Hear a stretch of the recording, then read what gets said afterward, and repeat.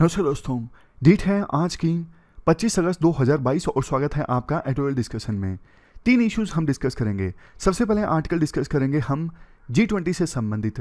1 दिसंबर को G20 की जो प्रेसिडेंसी है ना वो इंडिया के पास आ जाएगी, तो इंडिया कैसे इस मंच का इस्तेमाल कर सकता है अपने फ़ायदे के लिए, क्या इसकी सिग्निफिकेंस है, सब कुछ डिस्कस करेंगे इस आर्टिकल में।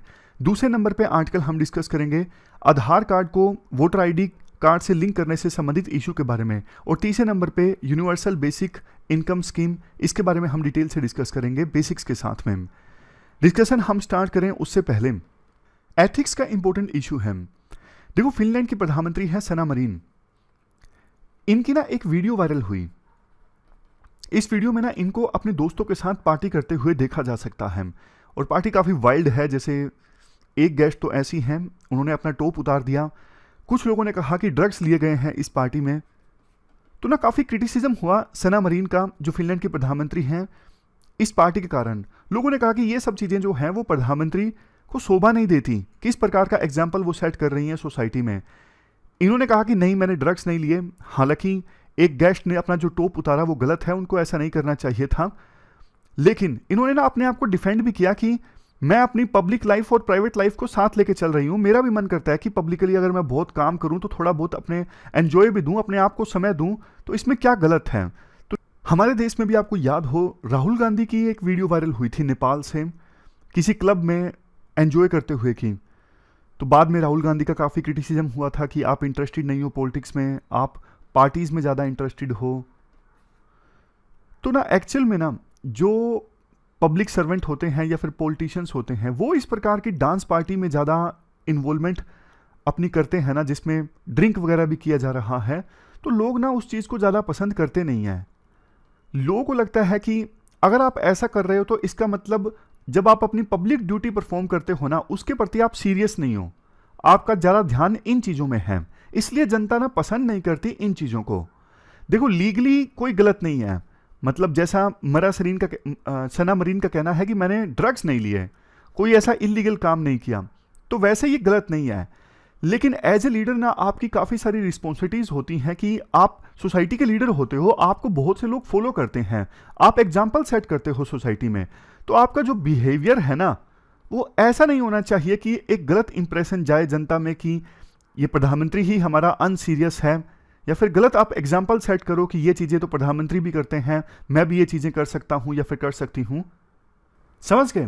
वैसे देखो, ये तस्वीर मैंने इसलिए लगाई क्योंकि इस तस्वीर को लेकर भी काफ़ी कंट्रोवर्सी पैदा हुई थी। ये साइड में है स्वीडन की प्रधानमंत्री। तो इनसे जब मुलाकात की थी ना इन्होंने, फिनलैंड की प्रधानमंत्री ने, सना मरीन ने, तो ये अपनी लेदर की जैकेट पहन के आई थी। तो काफ़ी क्रिटिसिज्म हुआ था कि आप कैजुअल अटायर में मिल रहे हो दूसरे देश के प्रधानमंत्रियों से, दूसरे देश के प्रेसिडेंट से, ये सही नहीं है, ये देश की डिग्निटी को डाउनग्रेड करता है। तो बाद में कुछ लोगों ने सपोर्ट किया था कि अब दुनिया जो है वो चेंज हो चुकी है, आप बिल्कुल सीरियस ढंग से फॉर्मल वे में डिप्लोमेसी नहीं कर सकते, बदलती दुनिया के हिसाब से आप अपने कपड़े भी बदल सकते हो। फर्स्ट इंपोर्टेंट आर्टिकल G20 में इंडिया की प्रेसिडेंसी से संबंधित है। आप GS पेपर सेकंड के इस टॉपिक से आर्टिकल को रिलेट कर सकते हो। यह आर्टिकल लिखा गया है राजीव भाटिया के द्वारा, जो पहले इंडिया के डिप्लोमेट थे, अब रिटायर हो चुके हैं। क्या कंटेक्स्ट है? देखो, जल्द ही वो समय आने वाला है जब G20 की जो प्रेसिडेंसी है वो इंडिया के पास होगी। तारीख है 1 दिसंबर 2022। 1 दिसंबर 2022 से लेकर 30 नवंबर 2023 के बीच में G20 का प्रेसिडेंट हो गए इंडिया। तो देखो, इस एक साल के पीरियड में जो मेंबर कंट्रीज हैं G20 के, उनकी 200 से ज़्यादा मीटिंग्स होगी। मतलब G20 के मेंबर कंट्रीज के बिजनेसमैन, मिनिस्टर्स, विभिन्न NGOs, वर्किंग ग्रुप्स आपस में मिलेंगे। देखो, वैसे तो इंडिया ने ना इससे पहले भी बड़े बड़े ग्रुप्स की मीटिंग ऑर्गेनाइज करवाई है। फॉर एग्जांपल, नैम का समिट ऑर्गेनाइज करवाया था इंडिया ने 1983 में, और 2015 में एक बहुत ही बड़ा third India Africa forum summit organise हुआ था, यह भी इंडिया में हुआ था। और उसमें ना ऑलमोस्ट 60 के आसपास अफ्रीकन कंट्रीज के रिप्रेजेंटेटिव्स ने पार्टिसिपेट किया था। बहुत बड़ा इवेंट था। लेकिन G20 की तो देखो बात ही अलग है। G20 में मेजर कंट्री शामिल हैं, वर्ल्ड की बड़ी इकोनॉमिक पावर्स हैं। तो इंडिया को ना तो इस इवेंट को लेके ज़्यादा स्ट्रेस लेना चाहिए, लेकिन ऐसा भी नहीं कि कम करके आंकना चाहिए, बिल्कुल ही हल्के में छोड़ दिया जाए। G20 के बारे में थोड़ी सी इंटरेस्टिंग चीजें आपको बताता हूं। G20 के जो मेंबर कंट्रीज हैं ना, वो वर्ल्ड की जीडीपी में जानते हो कितना कंट्रीब्यूट करते हैं? ऑलमोस्ट 90%। और पूरे वर्ल्ड में जितना ट्रेड होता है उसमें से 80% तो G20 के मेंबर कंट्रीज के बीच में होता है। और टोटल वर्ल्ड में जितनी पॉपुलेशन है 67% तो सिर्फ इन G20 कंट्रीज में है। और देखो ये एडवाइजरी बॉडी है, मतलब ऐसा नहीं कि G20 की मीटिंग में जो डिसीजन लिया जाता है वो बाइंडिंग होता है मेंबर कंट्रीज के ऊपर। वर्ल्ड के जो बड़े इश्यूज होते हैं ना, खास करके इकोनॉमिक इश्यूज, मतलब पहले तो G20 का फोकस सिर्फ इकोनॉमिक इश्यूज पर होता था, लेकिन आज के समय में तो वर्ल्ड के जो भी इंपॉर्टेंट इश्यूज है ना उनको एड्रेस किया जाता है G20 की मीटिंग्स में, समिट्स में। देखो आज के समय में ना वर्ल्ड बहुत ज्यादा डिवाइडेड है। आपने देखा होगा यूक्रेन को लेके वार चल रहा है, ताइवान को लेके यूएसए और चाइना के बीच में द्वंद्व हैं, डिफरेंसेस हैं, लड़ाई है। इसके अलावा कोविड-19 की महामारी के कारण ग्लोबल इकोनॉमिक सिचुएशन भी ज़्यादा अच्छी नहीं कह सकते हम। तो ऐसी सिचुएशन में G20 का जब समिट ऑर्गेनाइज होगा ना इंडिया में, इस साल तो देखो इंडोनेशिया में है, अगले साल इंडिया में है, तो जब इस साल इंडोनेशिया में G20 का समिट ऑर्गेनाइज होगा ना, तो इंडोनेशिया के ऊपर एक बहुत बड़ी जिम्मेदारी होगी, कैसे इतने सारे डिफरेंसेस को एक मंच पर लाया जाए, कैसे G20 के समिट की कोई प्रोडक्टिव जो आउटकम है ना वो इंश्योर की जाए। G20 में देखो काफ़ी सारी बड़ी ऑर्गेनाइजेशंस के भी रिप्रेजेंटेटिव हैं, जैसे UN, world bank, IMF, WTO, WHO, मतलब बहुत सारे मल्टीलेटरल इंस्टीट्यूशंस की रिप्रेजेंटेशन है G20 में। पहले देखो G7 की ना वर्ल्ड में ज़्यादा इंपॉर्टेंस थी, मतलब वर्ल्ड के जो भी बड़े इश्यूज थे ना उनको शेप किया जाता था G7 के द्वारा। G7 बाद में G8 बन गया था जब रशिया इसमें शामिल हो गया था। हालांकि 2014 में जब क्रीमिया पर कब्जा किया ना रशिया ने, तो G8 ग्रुप से रशिया को निकाल दिया गया बाहर और ये ग्रुप फिर से बन गया G7। तो पहले G7 ग्रुप का ज़्यादा बोलबाला था, लेकिन ना बाद में कुछ इकोनॉमीज काफ़ी तेज़ी से इमर्ज होने लगी, जैसे इंडिया की इकोनॉमी, ब्राज़ील की इकोनॉमी, मैक्सिको की इकोनॉमी, साउथ अफ्रीका की इकोनॉमी। तो ना G7 ग्रुप के लिए ना कंपलसरी हो गया कि अगर वर्ल्ड के इकोनॉमिक सिचुएशन को एड्रेस करना है तो इन इमर्जिंग इकोनॉमीज को साथ लेना होगा। इसीलिए G20 ग्रुप का निर्माण हुआ था। शुरुआत में तो ग्रुप बना 1999 में, लेकिन कुछ सालों के लिए ठंडे बस्ते में चला गया, ज़्यादा समिट्स इस ग्रुप के ऑर्गेनाइज नहीं हुए। लेकिन कुछ सालों बाद जब 2008 में फाइनेंशियल क्राइसिस आए ना, तब ये ग्रुप रिवाइव हुआ। तब से लेके अभी तक ये जो ग्रुप है वो प्रोमिनेंस में रहता है और वर्ल्ड के बड़े जो इश्यूज होते हैं ना उनको शेप किया जाता है, उन पर डिस्कशन होती है इस ग्रुप के द्वारा। यहां पर देखिए 2008 में फाइनेंशियल क्राइसिस को इन्होंने एड्रेस किया G20 वालों ने। उसके बाद 2010 में यूरोजोन क्राइसिस को भी G20 के द्वारा एड्रेस किया गया। शुरू में तो सिर्फ G20 के फाइनेंस मिनिस्टर्स की मीटिंग होती थी, लेकिन बाद में जब लगा कि हाँ यूटिलिटी है इस ग्रुप की, तो मेंबर कंट्रीज के जो हेड्स हैं ना वो भी आपस में मुलाकात करने लगे। ये इसकी शुरुआत हुई थी 2008 में। तो ये हमने G20 का थोड़ा सा इतिहास डिस्कस कर लिया। आपके दिमाग में ना एक पिक्चर प्रिंट हो गई G20 के बारे में। अब देखो, जैसे मैंने आपको बताया आज के समय में ना इश्यूज बहुत हैं, जैसे यूक्रेन वार को लेके रशिया वेस्ट के बीच तनातनी, यूएसए और चाइना के बीच में, कोविड-19 के बाद में इकोनॉमिक सिचुएशन खराब। तो ना इंडोनेशिया में जब समिट ऑर्गेनाइज होगा ना इस साल, इंडोनेशिया के ऊपर एक बड़ी चुनौती होगी इन समिट की एक प्रॉपर ना आउटकम सुनिश्चित करवाना, इंश्योर करवाना। और देखो इंडिया, अगले साल तो समिट इंडिया में होना है, तो इंडिया में ना काफ़ी ध्यान से देख रहे हैं कि इंडोनेशिया किस प्रकार से विभिन्न देशों के बीच में टेंशंस को ओवरकम करके समिट की एक प्रोडक्टिव आउटकम सुनिश्चित करवाएगा, क्योंकि अगले साल इंडिया के सामने भी यही चुनौती होगी, क्योंकि ये सारी टेंशंस, सारे इश्यूज अगले साल तो खत्म हो नहीं जाएंगे। तो जो कुछ आज इंडोनेशिया कर रहा है कल वो इंडिया को भी करना है। इंडिया के सामने देखो 3 चीजें हैं अगले साल जब समिट इंडिया में होगा, और इस साल के बाद से लास्ट में प्रेसिडेंसी इंडिया के पास से होगी। सबसे पहले चूंकि इंडिया प्रेसिडेंट होगा, समिट इंडिया में होगा, तो अपने नेशनल इंटरेस्ट को प्रमोट करना सबसे पहला लक्ष्य इंडिया का ये होगा। दूसरा, समिट इंडिया में होगा तो G20 के मेंबर कंट्रीज के ऊपर इंडिया अपना मार्क छोड़ना चाहता है। मार्क मतलब आप इसे लीडरशिप की सेंस में ले लीजिए, या फिर समिट जब इंडिया में होगा तो इंडिया अब अपनी बहुत सारी पावर दुनिया को दिखा सकता है। अभी अगले पॉइंट में हम डिस्कस करेंगे कैसे।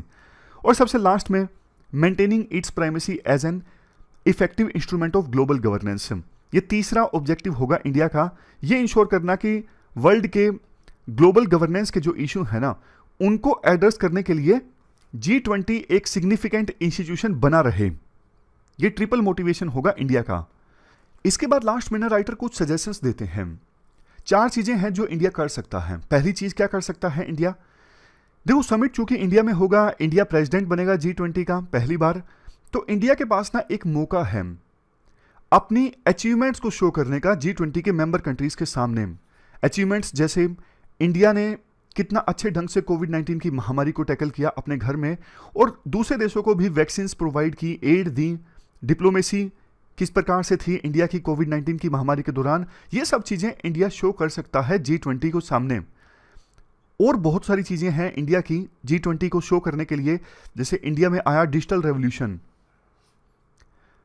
रिन्यूएबल एनर्जी की तरफ हम किस प्रकार से कितना तेजी से मूव कर रहे हैं, मैन्युफैक्चरिंग में किस प्रकार से सेल्फ रिलायंट बनते जा रहे हैं, ग्लोबल वैल्यू चेन्स को रीशेप करने में मदद कर रही हैं।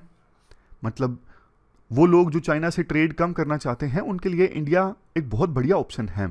किस प्रकार से हमारे देश में नए नए स्टार्टअप्स इमर्ज होकर आ रहे हैं और यूनिकॉर्न स्टार्टअप्स की संख्या बढ़ती जा रही है। यूनिकॉर्न स्टार्टअप मतलब वो स्टार्टअप जिनका वैल्यूएशन $1 बिलियन से ज्यादा हो चुका है। राइटर कहते हैं देखो 1 साल के लिए इंडिया को प्रेसिडेंसी मिली है, ऐसा नहीं है कि 1 साल में इंडिया दुनिया चेंज कर देगा, लेकिन इंडिया ना G20 के मेंबर कंट्रीज को और पूरी दुनिया को अपने कुछ डोमेस्टिक सक्सेसेस दिखा सकता है, बता सकता है कि इंडिया का ये जो मॉडल है पूरे वर्ल्ड में अडॉप्ट किया जा सकता है। इसके अलावा समिट चूंकि इंडिया में होगा तो जहां पर भी होगा वहां पे फिजिकल इंफ्रास्ट्रक्चर को बूस्ट किया जा सकता है। इससे फायदा क्या होगा, पूरी दुनिया की निगाहें जब उस समिट पर होंगी तो इंडिया ध्यान आकर्षित करेगा इन्वेस्टमेंट के लिए। पूरी दुनिया समिट की जगह को देखेगी तो लोगों के मन में आएगा, जो बड़े लोग हैं, अमीर लोग हैं, कि यहां पे भी इन्वेस्ट किया जा सकता है।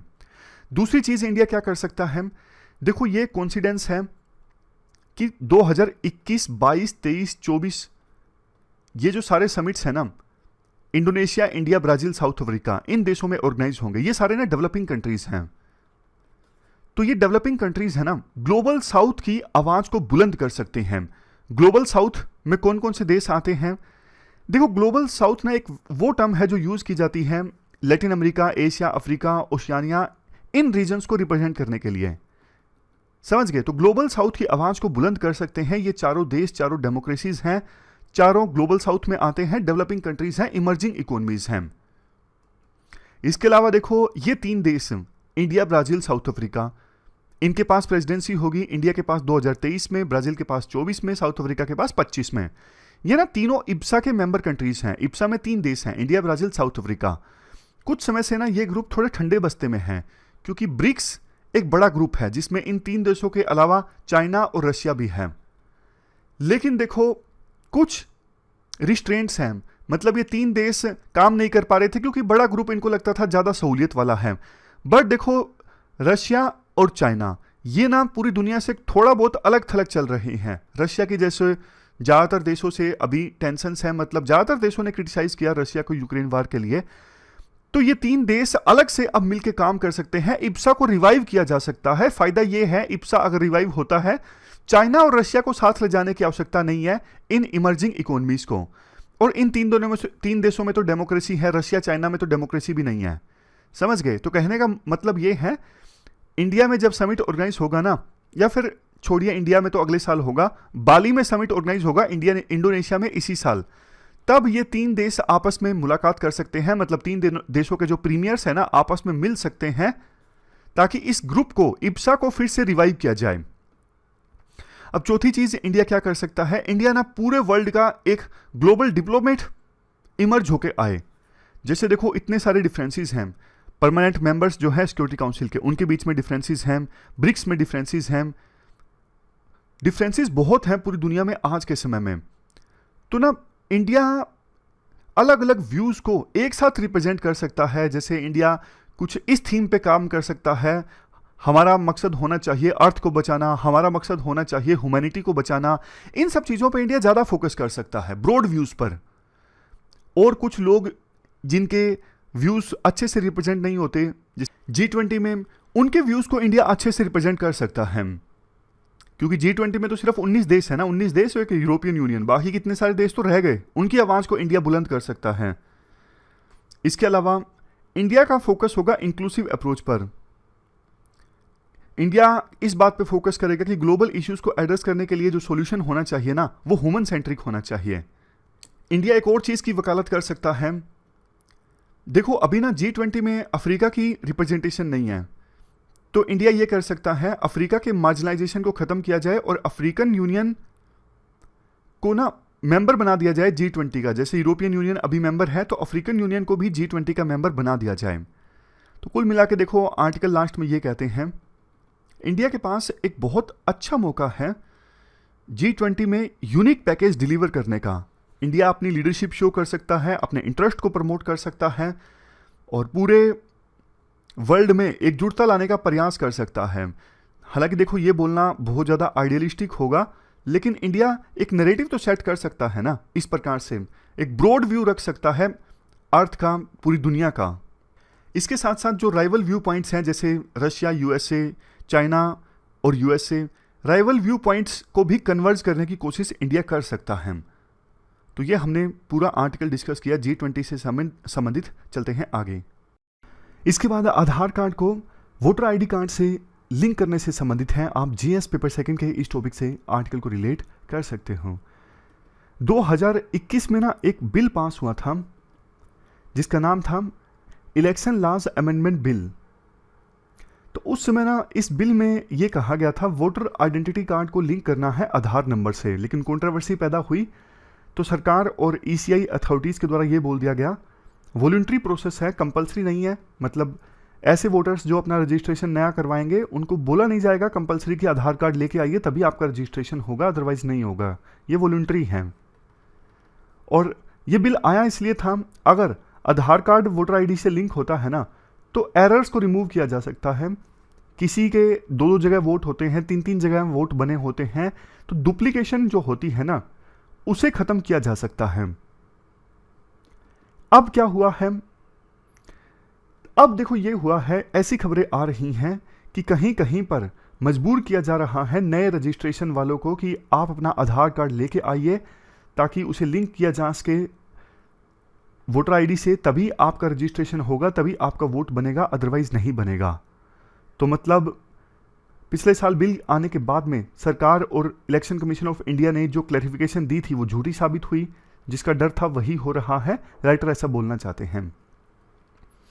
राइटर कहते हैं देखो इंडियन डेमोक्रेसी की सक्सेस का एक बड़ा रीजन ये भी है समय समय पर इलेक्शंस कंडक्ट होना और इसके साथ साथ इलेक्शंस में वोटर्स की ज़्यादा भागीदारी सुनिश्चित होना। मतलब जब इलेक्शंस होते हैं ना हमारे देश में वोटर टर्नआउट ज़्यादा रहता है दूसरे देशों की अपेक्षा कर। दूसरे देश में इतनी बड़ी संख्या में लोग वोट नहीं देते और इस वोटिंग प्रोसेस भी हमारे देश में बिल्कुल सिंपल है। ईवीएम पर बटन दबाओ, आपका वोट रजिस्टर हो जाएगा। इलेक्शन कमीशन ऑफ इंडिया भी समय समय पर अच्छा प्रयास करती है, जो वोटर लिस्ट है उसको रिवाइज करती रहती है, क्योंकि हमारे देश में माइग्रेंट्स की संख्या काफ़ी ज़्यादा है। तो इस वजह से समय समय पर वोटर लिस्ट को रिवाइज करना बहुत ज़्यादा ज़रूरी होता है। और चूंकि हमारे देश में इलेक्शंस भी रेगुलरली होते रहते हैं तो इलेक्शन से पहले लोगों को मौका मिलता है कि वो अपनी एज और करंट प्लेस ऑफ रेजिडेंस के आधार पर नई जगह पर भी वोट अपना बनवा सकते हैं। हर एक इलेक्शन से पहले मौका मिलता है। देखो हमारे देश में ना जो स्कूल एजुकेटेड पॉपुलेशन है उसमें बहुत ज़्यादा इजाफा हो गया है पिछले कुछ सालों में। और देखो जो स्कूल एजुकेटेड पॉपुलेशन है उनको ना अपने काफ़ी काम करवाने के लिए आइडेंटिटी कार्ड की आवश्यकता होती है, आईडी कार्ड की। इवन सिम भी लेना हो तो भी आईडी कार्ड की आवश्यकता होती है। बैंक अकाउंट ओपन करवाना हो तो आईडी कार्ड की आवश्यकता होती है। लोन लेना हो आईडी कार्ड की आवश्यकता होती है।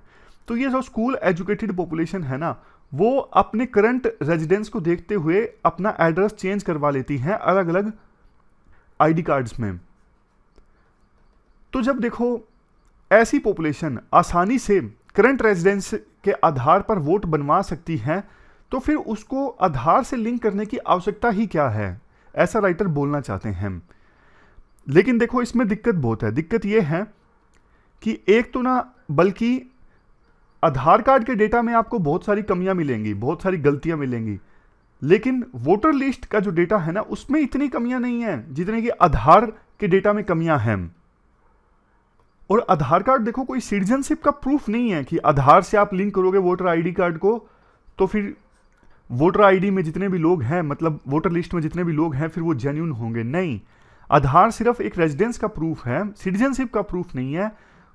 बहुत सारे लोगों ने, जैसे इलीगल इमिग्रेंट्स ने फर्जी ढंग से आधार बनवा के रखा है।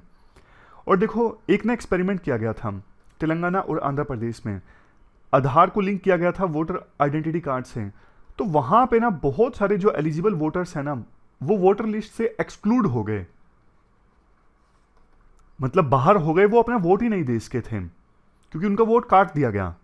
इसके बाद देखो एक बड़ी दिक्कत ये भी है, क्योंकि आज के समय में आधार कार्ड तो कई तरह की स्कीम से भी लिंक्ड है, मतलब बेनिफिशरीज का जो डेटा है वो आधार से लिंक्ड है।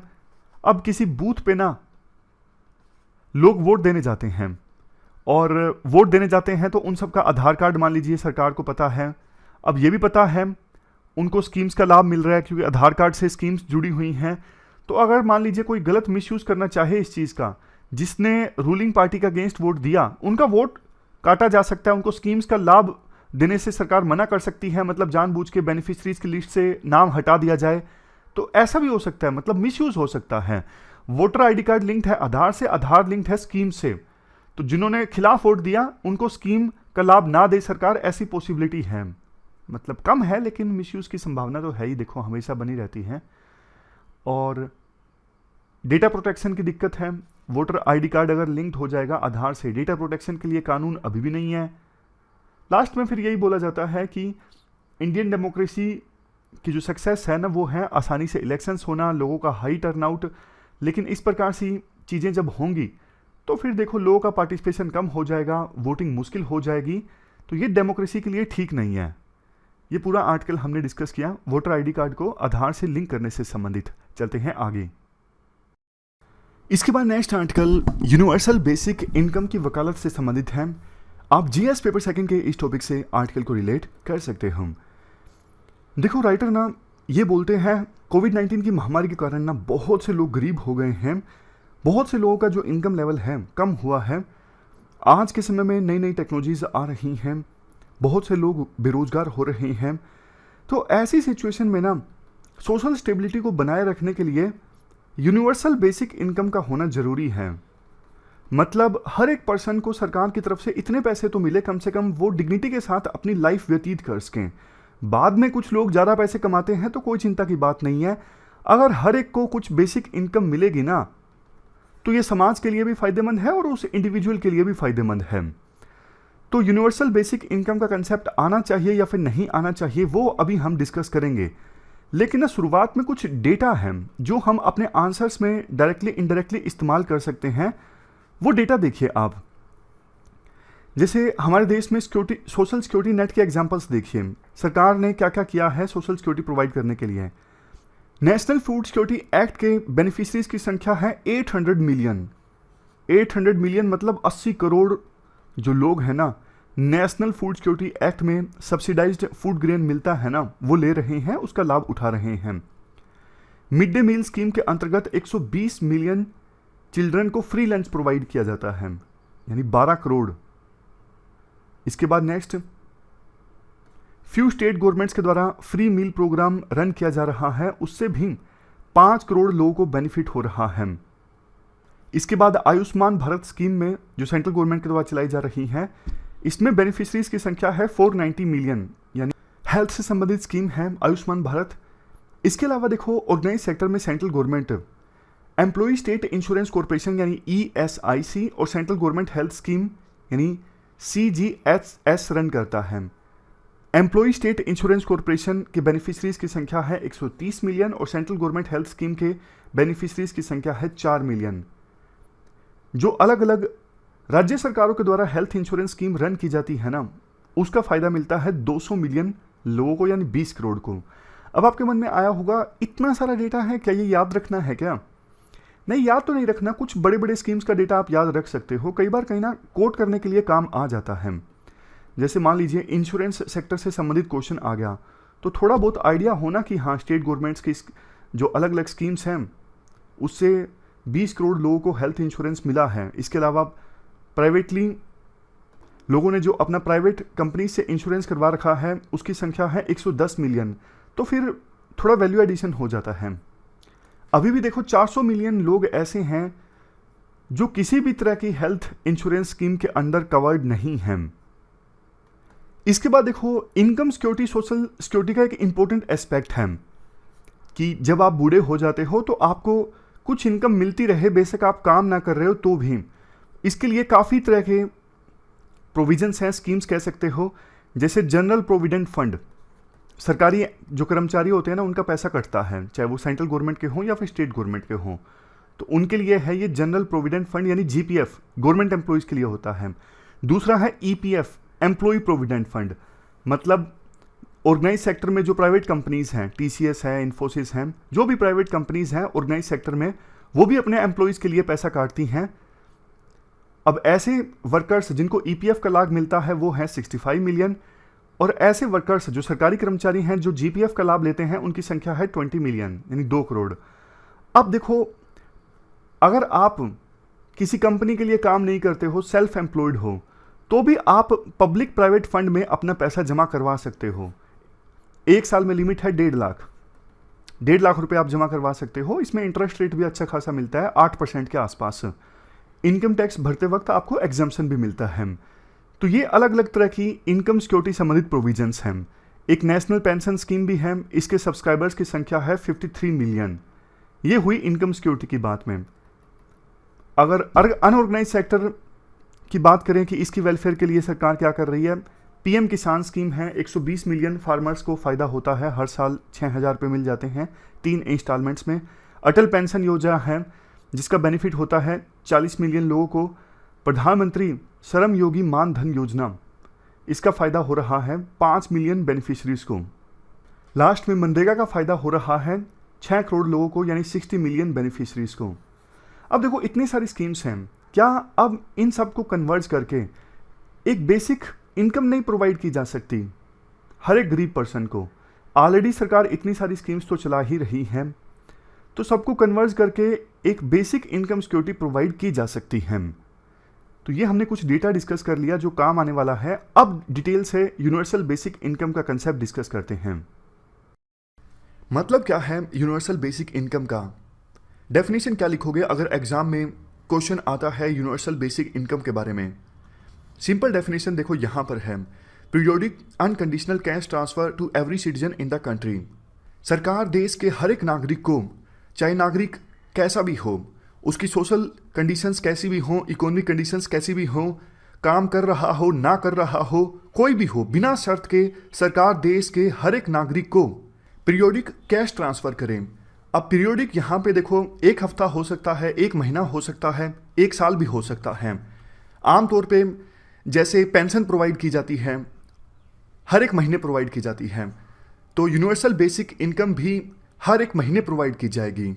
बेसिक का मतलब देखो यहाँ पर ये है, कम से कम इतनी इनकम कि सभी लोग अपना जीवन यापन कर सकें, अपनी ज़िंदगी गुजार सकें। फॉर एग्जांपल आज के समय के हिसाब से अगर 3,000 रुपये एक पर्सन के लिए सफिशिएंट है जीवन यापन करने के लिए, तो देश के सभी नागरिकों को 3,000 रुपये दिए जाएं। कोई भी हो, अंबानी हो, अदानी हो, रिक्शा चालक हो, कोई भी हो, सबको 3,000 रुपये दिए जाएं एक महीने में, ताकि वो अपना जीवन यापन कर सकें।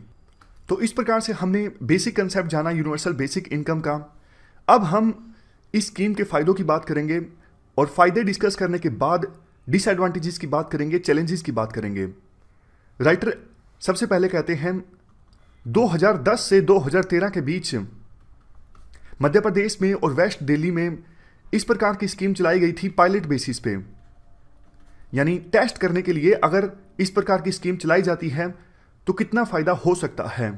राइटर कहते हैं बहुत ही अच्छे रिजल्ट्स सामने आए जब पायलट बेसिस पर यह स्कीम चलाई गई थी।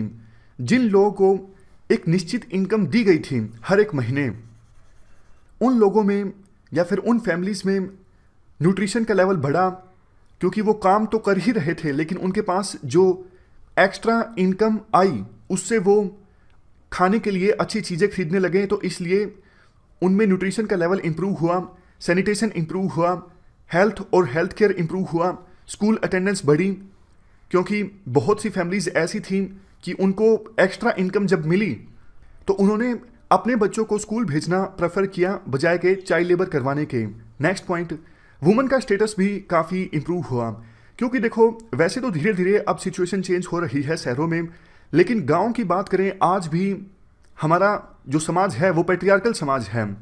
वुमेन के पास फाइनेंशियल ऑटोनॉमी नहीं होती, क्योंकि महिला घर पे रहती है और पुरुष बाहर जाके काम करता है, तो महिला पैसों के लिए डिपेंड करती है हस्बैंड पे, लेकिन उनको यूनिवर्सल बेसिक इनकम की सहायता से कुछ बेसिक इनकम मिलती है, तो महिला एम्पावर्ड फील करती है, उनके पास फाइनेंशियल ऑटोनॉमी आती है, इससे वुमेन का स्टेटस इंप्रूव होता है। नेक्स्ट पॉइंट, डिसेबल्ड और वल्नरेबल जो ग्रुप्स हैं उनकी पोजीशन भी काफ़ी इंप्रूव हुई इस स्कीम की वजह से। सबसे लास्ट में वर्क की क्वालिटी और जो अमाउंट है वो भी इंप्रूव हुआ। तो ये सारे फायदे बताते हैं राइटर, जब universal basic income scheme pilot basis पे चलाई गई थी मध्य प्रदेश और वेस्ट दिल्ली में, ये सब फायदे देखने को मिले। कुछ और फायदे भी हम डिस्कस कर लेते हैं जल्दी से यूनिवर्सल बेसिक इनकम स्कीम के। जैसे देखो, ये स्कीम इंडिविजुअल्स को इकोनॉमिक लिबर्टी प्रोवाइड करती है, ये एक प्रकार से इंश्योरेंस है अनएम्प्लॉयमेंट के अगेंस्ट। आपको पता है नई नई टेक्नोलॉजीज इमर्ज होकर आ रही हैं, फॉर एग्जांपल आर्टिफिशियल इंटेलिजेंस। इससे देखो एम्प्लॉयमेंट के जो अवसर हैं पहले से कम होंगे, तो अनएम्प्लॉयमेंट बढ़ेगी, तो इस सिचुएशन में इस प्रकार की स्कीम की बहुत ज़्यादा आवश्यकता है। ये स्कीम एक प्रकार से अनएम्प्लॉयमेंट के अगेंस्ट इंश्योरेंस का काम करेगी। इक्विटेबल डिस्ट्रीब्यूशन ऑफ वेल्थ, आपको पता है आज के समय में अमीर और गरीब के बीच की खाई बहुत ज़्यादा बढ़ रही है, तो सोसाइटी में अगर देखो स्टेबिलिटी इस्टेब्लिश करनी है तो वेल्थ का इक्विटेबल डिस्ट्रीब्यूशन होना बहुत ज़्यादा ज़रूरी है। अदरवाइज जैसे फ्रेंच रेवोल्यूशन आई थी वो किस लिए आई थी, इनइक्वालिटीज़ बहुत ज़्यादा थी, मतलब समाज में इंस्टेबिलिटी बढ़ती है, कैओस बढ़ता है, लोगों का सिस्टम के प्रति नाराज़गी बढ़ती है अगर बहुत ज़्यादा इनइक्वालिटी समाज में होती है। नेक्स्ट, काफ़ी बार देखो पैसे नहीं होते तो मजबूरी में कोई भी जॉब लेनी पड़ती है, वर्किंग कंडीशंस काफ़ी ख़राब होती हैं, लेकिन बेसिक इनकम हर एक को जब प्राप्त होगी तो वो अपने हिसाब से जॉब चूज़ कर सकेंगे, मजबूर नहीं होना पड़ेगा किसी को भी खराब वर्किंग कंडीशंस में काम करने के लिए। नेक्स्ट पॉइंट, देखो अभी सरकार वैसे बहुत सारी स्कीम्स चलाती है गरीब लोगों के भले के लिए, लेकिन बड़ी प्रॉब्लम ये आती है बेनिफिशरीज को आइडेंटिफाई करना। बहुत बार ऐसा होता है जो संपन्न लोग हैं वो भी किसी न किसी तरीके से गलत तरीके से सरकार के द्वारा प्रोवाइड की जा रही इन स्कीम्स का लाभ उठा लेते हैं, और बिल्कुल काफ़ी बार ऐसा होता है जो डिजर्विंग लोग होते हैं वो सरकार के द्वारा चलाई जा रही स्कीम का लाभ नहीं उठा पाते, क्योंकि उनके पास आधार कार्ड नहीं होता या फिर दूसरा जरूरी डॉक्यूमेंट नहीं होता। एक बार ये स्कीम चलेगी तो बेनिफिशरीज को आइडेंटिफाई करने की दिक्कत नहीं आएगी। नेक्स्ट है, सरकार देखो वैसे बहुत सारी स्कीम्स चलाती हैं, उन स्कीम्स को इंप्लीमेंट करने में करप्शन भी बहुत ज़्यादा हो जाता है। अगर देश के हर एक नागरिक में सीधा सीधा हर महीने पैसा जाएगा तो कितना करप्शन बच जाएगा। नेक्स्ट पॉइंट, ब्यूरोक्रेटिक कॉस्ट बहुत ज़्यादा आती है वेलफेयर स्कीम्स को इंप्लीमेंट करने में, लेकिन इस प्रकार की स्कीम जब चलाई जाएगी तो दूसरी स्कीम्स को इंप्लीमेंट करने पे जो ब्यूरोक्रेटिक कॉस्ट आती है उसको बचाया जा सकेगा। नेक्स्ट पॉइंट, देखो जब इतने बड़े स्केल पर ये यूनिवर्सल बेसिक इनकम स्कीम चलाई जाएगी तो फाइनेंशियल सर्विसेज की डिमांड बढ़ेगी, गांव-गांव में बैंक खुलेंगे और इससे फाइनेंशियल इंक्लूजन आएगा जो देश की इकोनॉमी के लिए बहुत ही ज़्यादा बेनिफिशियल होगा। इससे देखो प्रोडक्टिविटी भी इंप्रूव होगी। जैसे एग्जांपल दिया जाता है एग्रीकल्चर का, अभी एग्रीकल्चर जो लेबरर हैं उनके पास छोटा सा लैंड है लेकिन रिस्की है खेती करना, इसलिए वो दूसरों के खेतों में जाके काम करते हैं। जब उनके पास बेसिक इनकम होगी, उन्हें पता है सरकार उन्हें हर एक महीने कुछ तो कुछ इनकम देगी, तो वो अपने खेत में खेती करेंगे, तो इससे लैंड की जो प्रोडक्टिविटी है वो भी बढ़ेगी। तो ये सब हमने एडवांटेजेस डिस्कस किए यूनिवर्सल बेसिक इनकम स्कीम के। अब हम बात करते हैं इस स्कीम के अगेंस्ट क्या आर्ग्यूमेंट्स हैं। देखो सबसे पहला आर्ग्यूमेंट जो दिया जाता है वो ये है, अगर इस प्रकार की स्कीम आती है तो लोग आलसी हो जाएंगे, लोग काम करना छोड़ देंगे, उन्हें पता है हर एक महीने बेसिक इनकम तो उन्हें प्राप्त होगी ही। तो इस वजह से जो डिपेंडेंसी है सरकार पे बहुत ज़्यादा बढ़ जाएगी। ये सिचुएशन अच्छी नहीं है। दूसरा आर्गुमेंट ये दिया जाता है, कोई ज़रूरी थोड़ी है कि अगर स्टेट सबको बेसिक इनकम देगा तो वो एजुकेशन पर खर्च करेंगे, हेल्थ पर खर्च करेंगे। ऐसा भी तो हो सकता है कुछ लोग बेसिक इनकम का पैसा खर्च करेंगे शराब पीने में, तंबाकू का सेवन करने में या फिर ड्रग्स लेने में, तो इससे तो और भी ज़्यादा नुकसान हो जाएगा फायदे के बजाय। नेक्स्ट, पॉपुलेशन साइज देखो बहुत ज़्यादा है। इतनी बड़ी स्कीम चलाने के लिए क्या सरकार के पास फाइनेंशियल रिसोर्सेज हैं? और देखो ऐसा नहीं है ना, बात एक बार की है, हर महीने पैसा देना पड़ेगा। अगर मान लीजिए सरकार शुरुआत कर देती है, बाद में सरकार को लगता है नहीं हर एक महीने पैसा देना पॉसिबल नहीं है, इकोनॉमी पूरी बैंकक्रप्ट हो जाएगी, हमारे देश की फाइनेंशियल कंडीशंस खराब हो जाएंगी, तो सरकार बाद में बंद नहीं कर सकेगी। एक बार लोगों को पैसा मिलना स्टार्ट हो गया उसके बाद तो वो सड़कों पे आ जाएंगे अगर ये स्कीम बंद कर दी गई तो। नेक्स्ट, इन्फ्लेशन बहुत ज़्यादा बढ़ जाएगी, क्योंकि लोगों के पास पैसा होगा तो डिमांड ज़्यादा क्रिएट होगी, इन्फ्लेशन बढ़ जाएगी। सबसे लास्ट में वर्कर्स की जो अवेलेबिलिटी है वो भी कम हो जाएगी। अभी देखो वर्कर्स को काम करना पड़ता है, उन्हें पता है जीवन यापन करने के लिए पैसा जरूरी है, लेकिन एक बार सबके पास पैसा होगा, कुछ बेसिक इनकम होगी अपना जीवन यापन करने के लिए, तो उनको सिर्फ वो अट्रैक्टिव काम करेंगे। इससे मार्केट में जो वर्कर्स की अवेलेबिलिटी है, सप्लाई है, वो कम हो जाएगी और देश की इकोनॉमी पर इसका नेगेटिव इम्पैक्ट देखने को मिलेगा। तो ये थी हमारी आज की डिस्कशन। आज हमने 3 इश्यूज को डिटेल से डिस्कस किया। फिलहाल इस डिस्कशन में इतना ही है। Thank you very much for discussion.